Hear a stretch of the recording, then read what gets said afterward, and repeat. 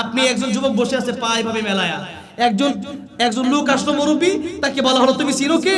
তখন যুবক বলল কে? বলা হলো তোমার হবু শ্বশুর, তুমি যার মেয়েকে বিয়ে করতে যাচ্ছ তোমার হবু শ্বশুর তার বাবা। এবার যুবকটা একটু পুষ্পাস হয়ে বসে। মানুষ ওই সময় দেখবেন একবারে ফেরেশতার মতো, বাবুর মতো হয়ে যায়, ঠিক না বে ঠিক? বাচ্চার মতো হয়ে যায়, কিচ্ছু বুঝে না। মানুষ ভালো হয় কোন সময়? বিয়ের সময়। কোন সময়? বিয়ের সময়। এমন হয় ওর মতো ভালো মানুষ কোনো ফেরেশতা আসছে নাকি বলেন? ও যদি ডাকাত হয়, ও দেখবেন ফেরেশতারা এইভাবে চুপ করে জি জি এরকম করে বসে থাকে। কেন? বিয়ের যদি কোনো কারণে ভেঙে গেলে তো জীবনে একটা বিপদে পড়ে যাবে। জোরে বল ঠিক না বে ঠিক? এই যে ভালো হয়ে যায়, এখন যখন বুঝতো যে আমার শ্বশুর আসছে, শ্বশুর যখন আসছে একটু নাড়াচাড়া দিয়ে, এই যে নাড়াচাড়া দিয়ে বসছে যে সম্মানিত ব্যক্তি, আমি এখানে বসে মানে মনে করেন বসে রইলাম, অনেক বড় একজন আলেম আসলো, অনেক বড় একজন মানুষ আসলো, তখন আমি একটু দাঁড়ায় গেলাম যে কেমন আছে, একটু মুসাফা করলাম। কেন? ওনার সম্মানে, ঠিক না বে ঠিক? এই সম্মান দিতে গিয়ে আমি একটু নড়াচড়া দিতে দিলাম, এটা একটা সম্মান। তো রজব মাস আসছে, আপনি আগেও যেমন ছিলেন এখনো তেমন। আল্লাহ বলেন এরকম করবা না, আমি আল্লাহ এই মাসকে সম্মান দিয়েছি, তুমি যদি সম্মান না দাও এটা কেমন কথা? এই দুনিয়া থেকে আমাদের চলে যাওয়া লাগবে, সময় আমাদের চলে যাচ্ছে। তাই আল্লাহ রাব্বুল আলামিন সময়ের কসম কোরআন শরীফে দিয়েছেন, নবীজিও বলেছেন তোমরা সময়কে গুরুত্ব দাও। অনেক লম্বা লম্বা হাদিস আছে যেগুলো শুধু তরজমা করতে গেলে কয়েক ঘন্টা সময়ের প্রয়োজন, এত লম্বা লম্বা হাদিস এসেছে বুখারীতে, মুসলিমে। এই জন্য আজকে শুধু এই কথা বলতে চাই যে মাসগুলো এগুলো আল্লাহ রাব্বুল আলামিন বললেন আমার গণনায় আমি আল্লাহ 12টা মাস এই জন্যই দিলাম, 12টা মাসের সাথে তোমাদের ইবাদতের সম্পৃক্ত। কিসের সম্পৃক্ত? দ্বীনের সম্পর্ক। এবার আল্লাহ রাব্বুল আলামিন বলছেন এই 12 মাসের ভিতরে রমজানের তো দাম আল্লাহ রাব্বুল আলামিন বাড়িয়ে দিয়েছেন। শাহরু রমাদানাল্লাযী উনজিলা ফীহিল কুরআন। এই মাসে কোরআন নাযিল হয়েছে, এইজন্য এই মাসের দাম বেশি। আল্লাহ বললেন যে আমি 4টা মাসকে খুবই সম্মান দিলাম, 3টা মাস এক লাগাতার, সেটা হচ্ছে জিলকদ, জিলহজ, মুহররম। আরেকটা মাস হলো এই মাস, এই মাসের নাম হলো রজব। এই মাসের নাম কি? রজব। এই মাস আসলে নবী কোন দোয়া বেশি বেশি পড়তেন? কোন দোয়া জানেন না?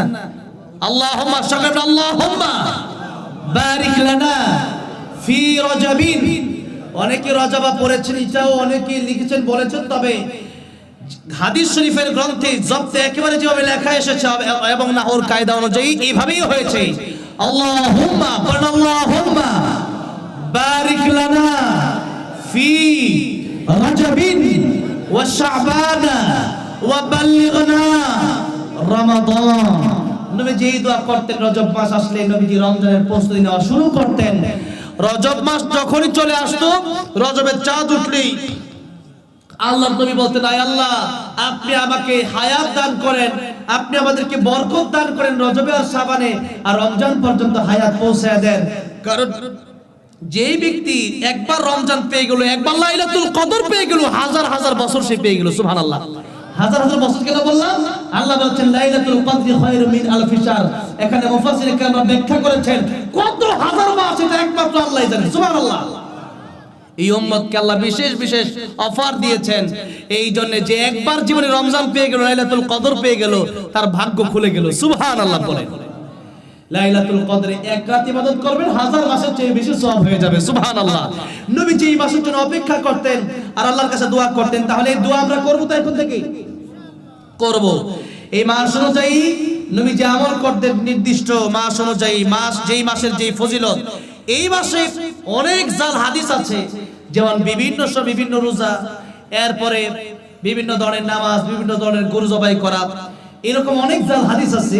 তো মনে রাখতে হবে এটাও একটা, যদিও হাদিস দাঈফ কিন্তু আমলের ক্ষেত্রে করা যাবে, এই দোয়াটা পড়া যাবে। আল্লাহুম্মা বারিক লানা ফি রজবিন ওয়া শাবান ওয়া বাল্লিগনা রমাদান। যেহেতু এটা ভালো যে আল্লাহ আপনি আমাদেরকে রজবে আর শাবানে বারাকা দান করেন, যাতে করে এমন বরকত দেন যাতে করে রমজান মাসে দুনিয়ার কাছে বেশি থাকতে না হয়।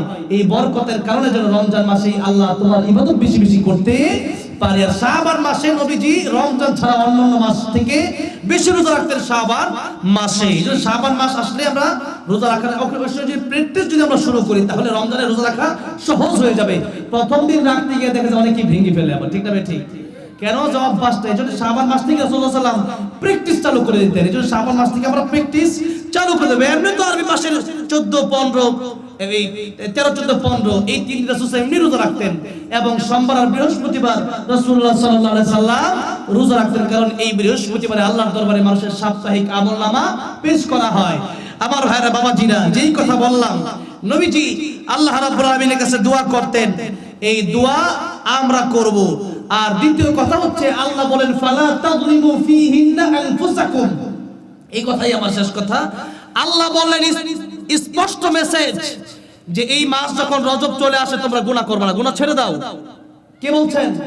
ফালা তাযলিমু ফীহিন্না আনফুসাকুম, এতদিন গুনাহ করছো, থামো, স্টপ, এখন আর গুনাহ করবে না। কারণ এতদিন পর্যন্ত আমি আল্লাহ রাব্বুল আলামিন যে মাসগুলো নিয়েছি, এই মাসগুলোর তুলনায় রজবকে আমি আল্লাহ স্পেশাল সম্মান দিয়েছি। আল্লাহ সম্মান দিলেন, আর এই রজব মাসে আমরা যদি নাই জানি তাহলে আমরা সম্মানটা দিব কেমনে? ঠিক না বেঠিক? আল্লাহ বলছেন আমি সম্মান দিলাম রজব মাসকে, এই মাস যখন চলে আসলো তোমরা গুনাহ ছেড়ে দাও। এবার মুফাসসিরিন কেরাম লিখছেন, আবু বকর জাসসাস রাহমাতুল্লাহ আলাইহি তার আহকামুল কোরআনে ওই ঐতিহাসিক গ্রন্থে লিখেছেন, বিশ্ববিখ্যাত গ্রন্থে লিখেছেন যে এই 4টা মাসে এই রজবে যারা বেশি বেশি ইবাদত করবে অন্য মাসে ইবাদত বেশি করার তৌফিক লাভ হবে। আর এই মাসে যারা গুনাহ ছেড়ে দিবে অন্য মাসে আল্লাহ রাব্বুল আলামিন তাকে গুনাহ মুক্ত রাখবেন, তার গুনাহ থেকে বাঁচার মতো সুযোগ হবে। সুবহানাল্লাহ। এই মাসগুলোকে আমাদের গুরুত্ব দিতে হবে। আর রমজানের প্রস্তুতি এখন থেকে নেওয়ার জন্য এখন থেকে দোয়া করতে হবে। দোয়া এটা এমন একটা জিনিস, তাকদীর কোনো কিছুর মাধ্যমে পরিবর্তন হয় না, ইল্লা দোয়া, কেবলমাত্র দোয়ার মাধ্যমে তাকদীর পরিবর্তন হয়ে যায়। সুবহানাল্লাহ।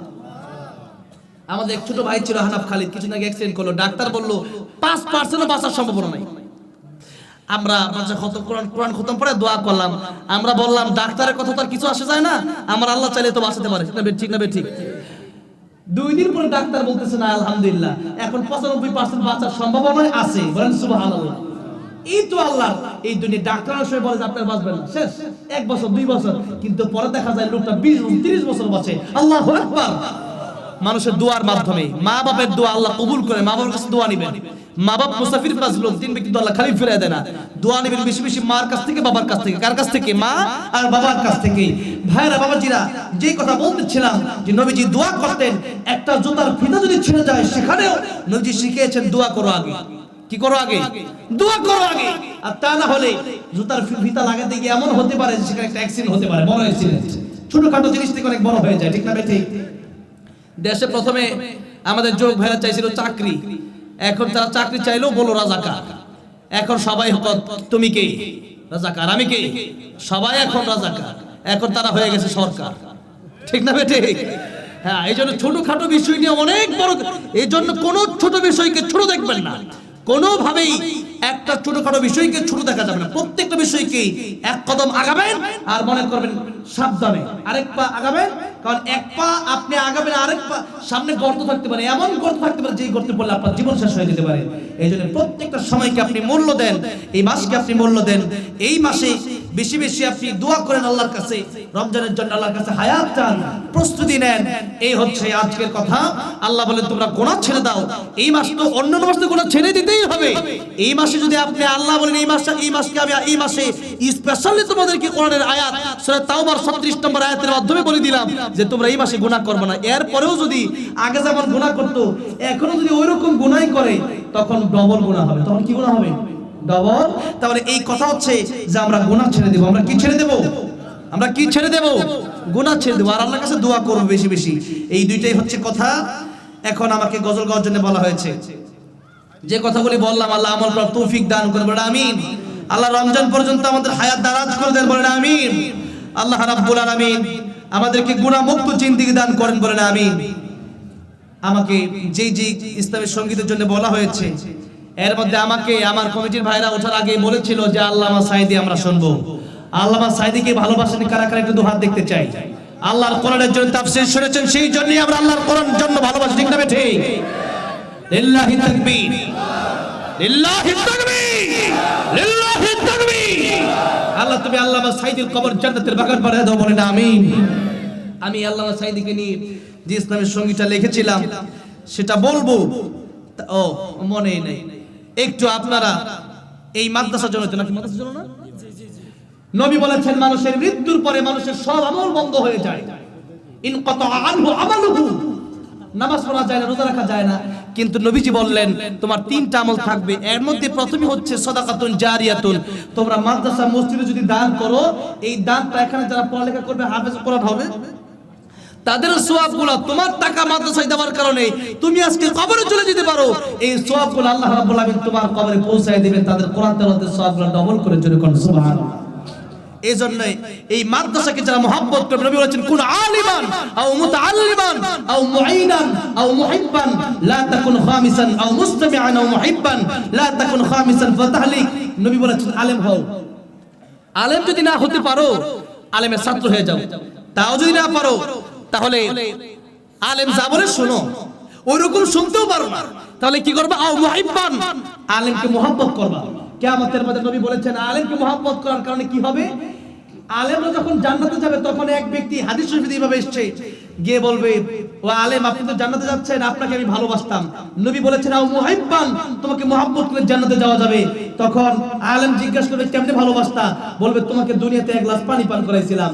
তখন আল্লাহ বলবেন ও আলেম তুমি আজকে একা জান্নাতে যাবে না, বরং তুমি আলেম হওয়ার জন্য, আমার রাস্তায় থাকার জন্য যারা সহযোগিতা করেছে, এর মধ্যে ওই ব্যক্তি একজন যে তোমাকে এক গ্লাস পানি পান করাইছে, আজকে তুমি একা না, বরং যে তোমাকে মহব্বত করে এক গ্লাস পানি পান করিয়েছিল তাকে সহ নিয়ে তুমি জান্নাতে চলে যাও। আল্লাহু আকবার। তাহলে আজকে যদি আমরা আলেমদেরকে ভালোবেসে, কোরআনের পাখিদেরকে ভালোবেসে, এই মাদ্রাসার জন্য কমপক্ষে কোরআন হলো 30 মানে 30 জন ব্যক্তি আমি দেখতে চাই যে আমরা 1000 টাকা করে এই মাদ্রাসার জন্য দেব। যাদের টাকা পয়সা আছে তারা দিবেন, তারা কৃপণতা করবেন না এই জায়গায়, এটা আপনার আমল হয়ে পরকালে পৌঁছে যাবে। এই জন্য 30 জন ব্যক্তি প্রথমে কে দিবেন 1000, সেই ব্যক্তি কিন্তু সেই এই কি বলে এটাকে ভাগ্যবান ব্যক্তি, সেই ভাগ্যবান ব্যক্তির হাত দেখতে চাই। এখন দেন পরে দেন। আলেম কি মোহাব্বত করে নবীর সাথে জান্নাতে যাওয়ার আশায় 1000 টাকা এই মঞ্চে থাকতে পারেন, সামনে থাকতে পারেন, কে দেবেন একটু হাতটা উঠান। আলহামদুলিল্লাহ, চেয়েছিলাম একজন, অনেকজন পেয়ে গেলাম। নামটা কি? ইসমাইল আলী খন্দকার। হ্যাঁ, ইনসান আলী খন্দকার সাহেব তিনি দিলেন প্রথমে 1000 টাকা। আল্লাহ কবুল করেন, মঞ্জুর করেন, জোরে বলেন আমিন। দুই নম্বর নামটা কি জানো? নামটা কি জানো? আনোয়ারুল ইসলাম।